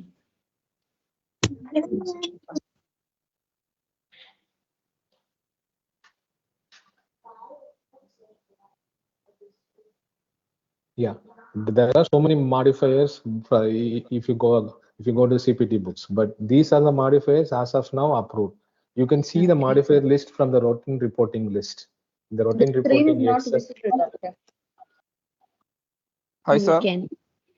We can. Yeah. Hi, sir. So if you go to the routine reporting Excel sheet, you can see what are the modifiers approved by DOH. If the scenario warrants, if the claim particularly, as you said, the scenario that there is a need for using 59, you can use it. Okay, doctor. Because if you are using 59 modifier after we are getting rejection also, can we justify with this one? Yeah. See, the rejection will be based on medical necessity. It will not be based on why you have used 59. It will be based on the justification. Why you use 59, how you justify. I'm talking about how a claim needs to be sent. What are the things you can add to a claim for for more clarification from the insurance side. Okay, doctor. Thank you so much, doctor. Thank you so much. Hi, sir. Yeah, hi. If there are some 500 that 499 claims in an XML, and there is a misplaced space that is creating schema validation error, and what will be the easiest way to find it? Sometimes it will be very hectic to find it. Yeah, I think you are working in NMC, right? No, sir, another clinic. Okay, sorry. That will be very difficult to find actually in that scenario. So this is only thing is once you find, you can discuss with your EMR vendor why it happened, so that you can avoid it in the future. This space issue is a very big thing. You're talking about the member ID, right? No, member ID sometimes anything that is sometimes the clinician ID may have an extra space. I don't know from where it comes. Yeah. And see, no, usually that one, no, everything how the EMR has registered the clinician ID. Maybe sometimes, to differentiate when they enter from the IT side, the clinician ID, maybe they left a gap there. It can happen. Member ID, when the registered person, I mean the front office person, when they registered, when they copy paste, sometimes there will be a gap coming. I mean one space will be added. All these are clerical errors. So it will be hard to find, but mostly it can be corrected from the EMR side. You can inform them to check once all the clinician IDs in the system, whether anyone is present with the space or not space. This is something very hard to find, but you can see if the space issue is a big thing, but it has to be corrected from the software side only. They have to make sure all the code, all the clinician ID, everything present in the system is without any space in the front or in the back.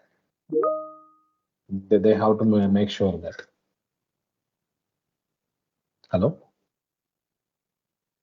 Hello?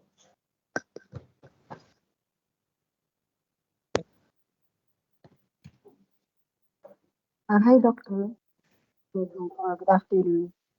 Yes, I'm actually from All Care Clinic. I just want to ask Doctor because this is regarding for podiatry doctors, because we are receiving a rejection for the strapping for our billing, and we don't know why, because they are always giving us the like supporting documents and inconsistent for the diagnosis and for which specialist? For podiatry. Pediatrics. Podiatry doctor. Podiatry. Okay. Foot examiners. Foot doctor. So yeah, foot doctor. So I think what was the rejection code you said? We are always receiving a rejection code for like not indicated with a clinical practice and like out of scope. But the thing is, podiatrists are allowed to do the strapping for the foot, right? For the ankle and foot, but they are rejecting our billing and claims due to out of scope for the doctor. Yeah, I think this rejection is purely based on medical necessity and scope. This is something you have to speak with the insurance only. What is their expectation? There is a scope document released by DOH for the specialty. You can go through that from the standards in the Shafafia section. So you can go through that and you can see what is missing. But from what you are saying, I can understand that it is purely medical necessity aspect. Maybe they are expecting some more additional diagnosis codes, but it is better if you send the query through email to the insurance company only. Okay, so is there any can we use any modifiers to justify it, or we don't need to do that for the billing? No. Based on what you are saying right now, I'm thinking it's my guess is mostly based on the scope and the necessity part, nothing to do with how the claim is being sent. Oh, okay. I think the podiatrist, they are eligible to do some limited services, and it's based on their privileges, as you said. Yeah. That's what I'm saying. I think even recently a new scope was released. Maybe they can go through that and they can discuss with the insurance also, because this is nothing to do with the claim, how the claim is sent. This is about what can be claimed and not claimed. And previously, the circular saying podiatrists are not eligible to be level 2 consultations because they are just clinical support. So they need to use level 1 consultation. Maybe I'm not aware about that. Hello? Okay, sir. One more. Hello. Hi, sir. Hi, sir. Just one more doubt. Hi, sir. Some insurances are not accepting GP and specialist to visit on the same day because we are getting price 006 for the specialist. So is there anything we can do in the XML like ordering or performing clinician to correct this issue? No, this GP and specialist, actually there is 2 rules you have to know. It depends on the each member's details. So some card, they have GP referral mandatory. I mean, they cannot go to a specialist without seeing a GP. Some cards, there is no restriction. They can go to any specialist directly. If the card, a particular patient, if there is no restriction, I mean, they can go to any specialist directly. In that scenario, if you bill GP and the specialist on same day, you will get a rejection, price 006. Some card, it requires a mandatory GP visit, then only they can go to a specialist visit. In that card, if you get a rejection price 006, you can resubmit. You can say that as per the patient's card, patient needs to go to GP first. That's why GP was claimed. If no restriction is present, then only one claim will be approved. The other will be rejected as price 006. So this is purely based on their eligibility. You have to check their eligibility and decide this. Okay, sir. Thank you. That was a great information. Yeah. Doctor. Hello, doctor. Yes. Doctor. Sir, yes, sir. Hello, doctor. Yeah, doctor. Sorry, doctor, I have there one is a question. My name is XML. Anyone, please. That's someone was asking about XML. Yeah. Hello. Doctor, there is a XML issue, sir.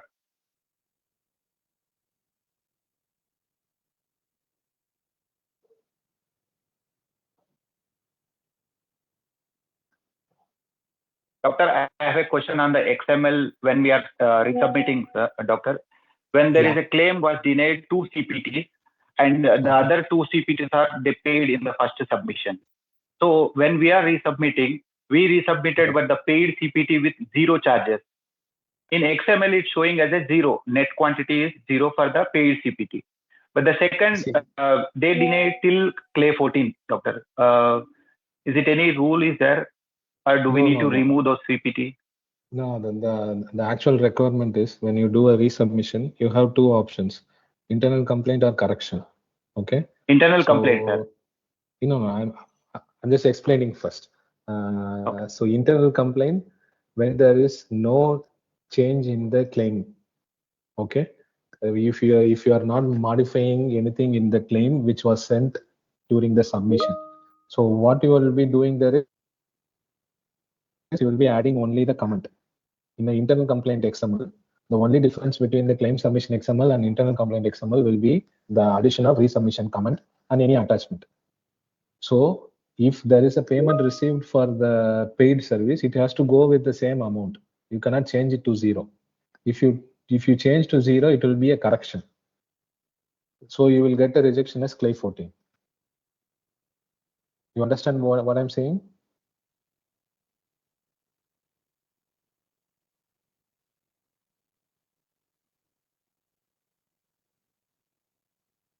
Yeah. I didn't notice their name. Yeah. Hello?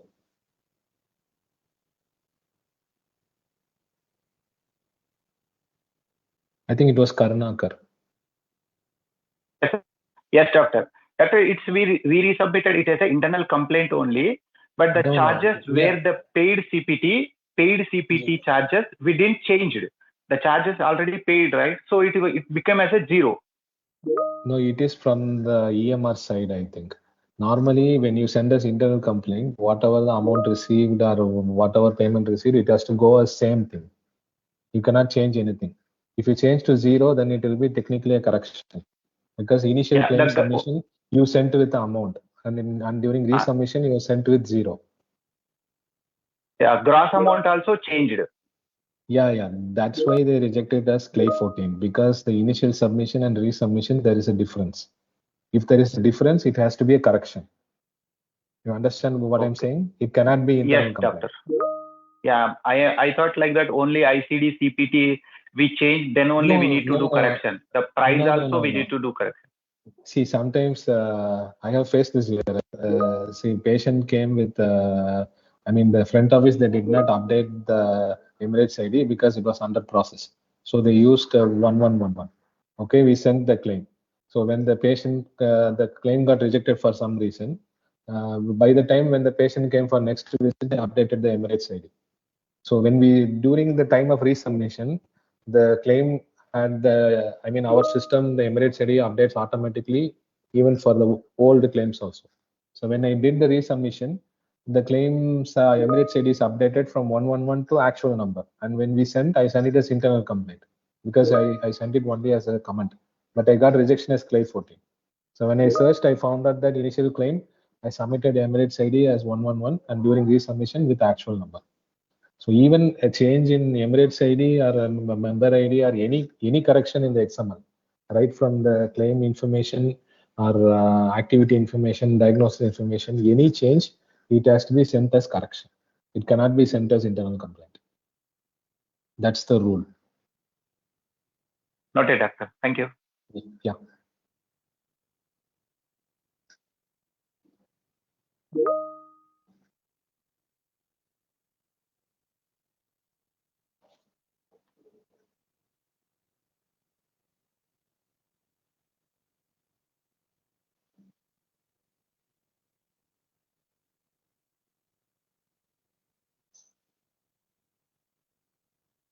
I think Tasneem, someone has questioned, can you explain ID pair in resubmission XML? Can it become some random number? No, it's no. ID pair is something what the pair for each claim.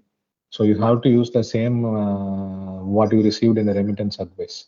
The ID pair cannot be used any random numbers. One more question, start time in XML applicable to ENM codes also. This one we have to wait for a circular. I think DOH has given from April 1st, there will be 2021 ENM maybe will be implemented. So if in that scenario, I think we will receive a circular whether time will be applicable to ENM code also.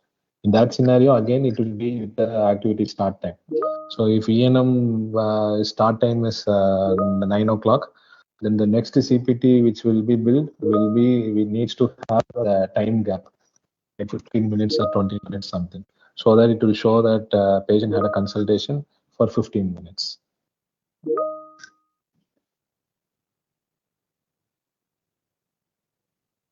No, if they implement 2021 guidelines, time is also a factor, no? So if that is simple, but we have to wait for the circular, whether they are going to implement or not.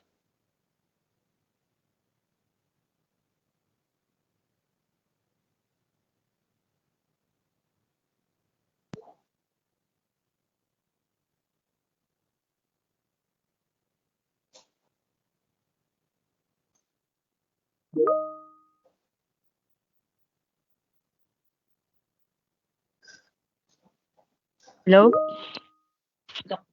Hi, good afternoon.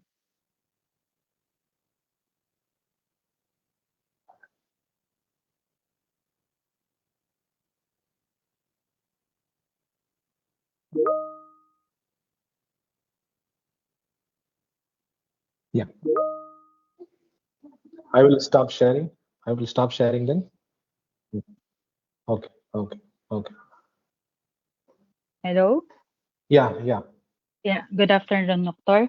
I have a situation that like in our EMR, the XML is actually reflecting approved for a particular pre-authorization request, and then during an audit, we found out that it was rejected by the insurance. When we inquired to the EMR why it was reflecting to us an approval when it is rejected in the dashboard of the insurance, they said that the XML uploaded to Shafafia where they are taking these approvals were like it was showing approved. They showed us the XML file and all. But in this scenario is like because it's a wrong information from the insurance, is there a chance that what course of action, like what how can we rectify the approval? Because also the treatment has Now been the claim done already. now the claim is rejected.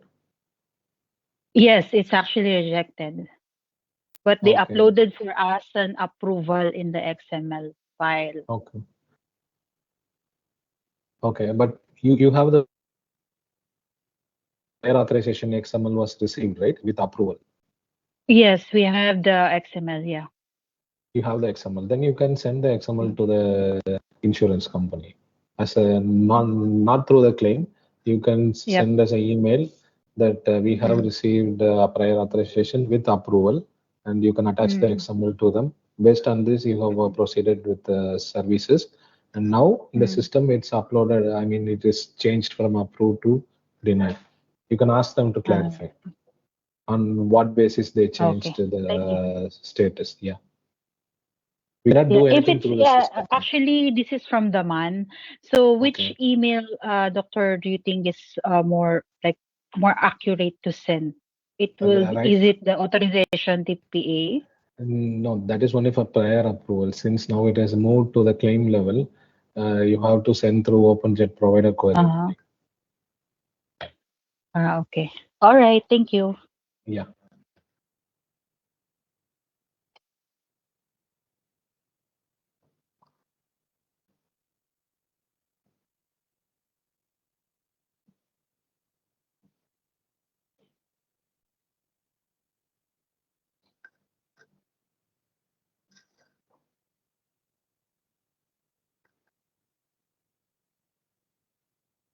Hello?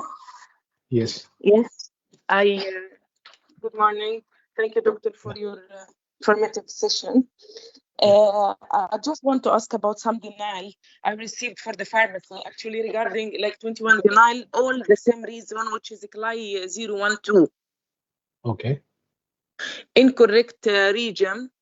And I just want to ask for the resubmission of this, I think the diagnosis will be issue. And this is the first time happened. No, first you have to identify why the rejection was received. You are talking about class 16, right? Incorrect billing regime. Yes. So it can be due to diagnosis, using excludes one. Nowadays, they're using this even if there is a split claim. Same day, if same ordering physician, if there is two claims. Even for that, they are using class 16. So once you identify why the rejection was received, then you can resubmit based on that. Because almost all of the claim, the diagnosis is not repetitive. Okay. No. That's why I'm confused how to resubmit these claims. No, first you have to identify why you received the rejection. That is the main thing. If you know why you received the rejection, then you can decide how to resubmit. See, class 16, they reject for so many reasons. Now they have included so many new reasons also for this code. So one of the reason is if there is two claims on same day for the same doctor, for the same patient. Even for that, they use this. If that is the reason, then you have to merge. Then you have to merge those two claims and resubmit. If it is due to ICD error, then what you have to do is you have to correct the ICD and you have to resubmit. Sorry, someone speaking. I cannot. Yeah. If the patient has the claim. My dear. Hello? Yeah. Yes, so I mean, if the patient has two claims, if the patient has two claims the same time, the same day, it will be rejected? Yes, it's a new rule because that's why so many people are asking. So if it is by the same doctor, same patient, same day, if you have two claims, how will be the resubmission way? It will be internal complaint, you mean? No, it has to be correction. You have to merge both the claims into one claim and you have to resubmit. Either you have to merge the B claim to the A or the A claim to the B. This one you have to speak with your EMR, your software team, how to do this and resubmit. Okay. If that is the rejection reason. If the reason what is else due reason to that can be updated? What else reason that is updated regarding this denial code? Clay 16, it can be due to ICD codes also, wrong ICD codes. Like if you have used to exclude one code or a non-specific specific code. So that's why I'm saying rejection, first you have to identify why it was rejected. Only then you can decide how to resubmit. If you are not sure from why where it can is I get, rejected, Doctor, from where can I get this updated? Because I'm only just new using these claims and resubmission. there are, you can ask Daman, the insurance company, if you are not sure why it was rejected. You can send an email to them, or if it is actually, Daman, I emailed them and they replied to me that according to the protocol of resubmission, please resubmit the claims and notify us once you finish. So they are not giving me any clear picture for resubmission. Yeah, sometimes, this is why I'm saying sometimes there can be no reason, maybe an error from the insurance side and they have rejected it. If they ask you to resubmit, then you can straight away resubmit as internal complaint without making any changes. Okay. One more thing, doctor. Just I want to see there is if the patient's coming and the insurance card last date eligible in the same day of the consultation. Yes. And it's eligible that moment, and we send the claim, and after that, once receiving the remittance, it's got denial. Denial regarding the eligibility. Which code in eligibility? ELIG 001, I think. 001? Yes, I think like this. Maybe 005, but not 001. If it is 001, then you have to, if it is 001, you have to check the ID number, member ID number, whether it is correct or wrong. Maybe one, even what one about extra 005? What will be the status? 005 is a difficult scenario. It actually means the card is expired. So what happens is, maybe if the person is terminated from his company, let's say today, and he comes to visit your clinic today, when you check the eligibility, it will show us eligible.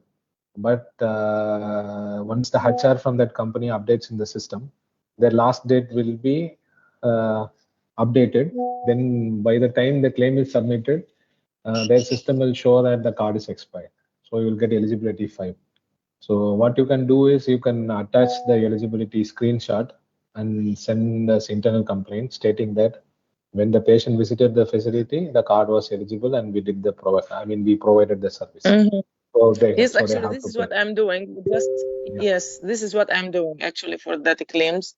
But that's why I want to be sure what is the reason for that. While this is one of the reason. Yeah, this is one of the reason.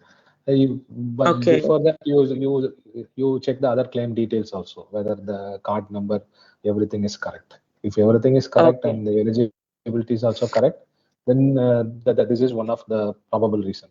This is something which you cannot do anything, because Doctor, just one more request, please. If there is possible to make one session about the denial code. Yeah, inshallah, we can make in the future. Yeah. Okay. Thank you so much. Bye-bye. Yeah.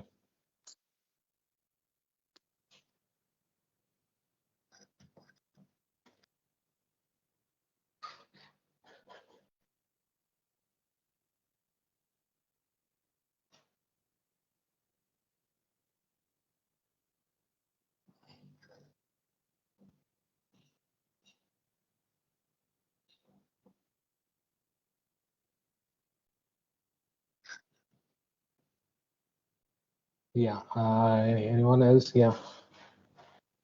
Yeah, I think.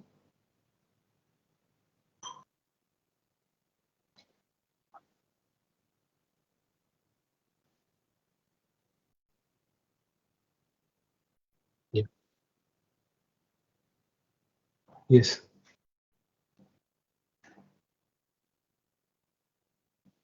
Dr. Miran, thanks for the presentation. Actually, it was very nice of you.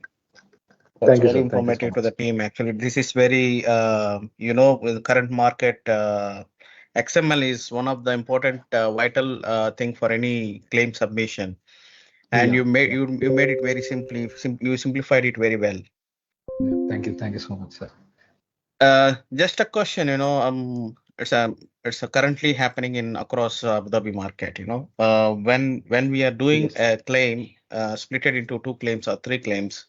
Okay, after submission, if one of the claim is already paid, and if if the other 2 claims are being pending for remittance, what you are going to do in this scenario?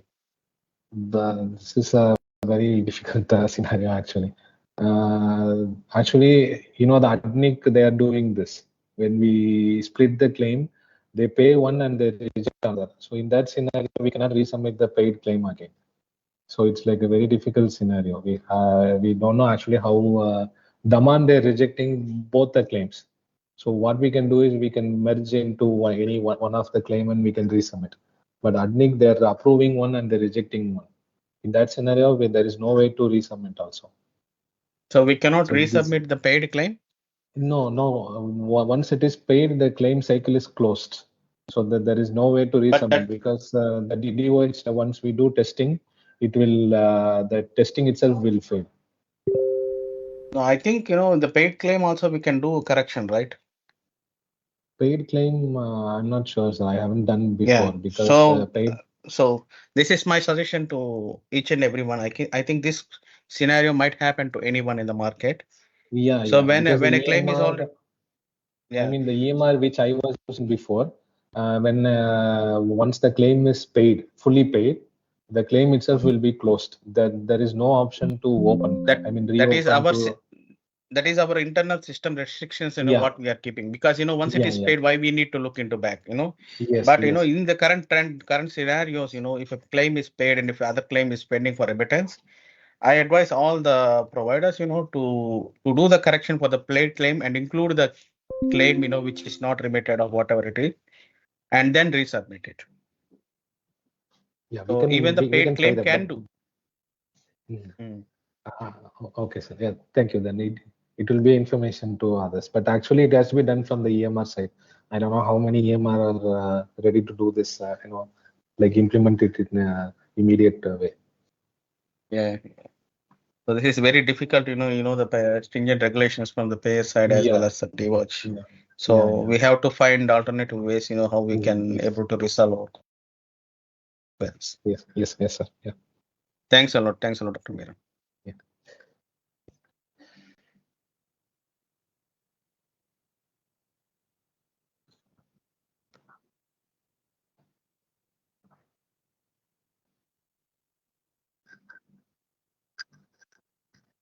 Yeah.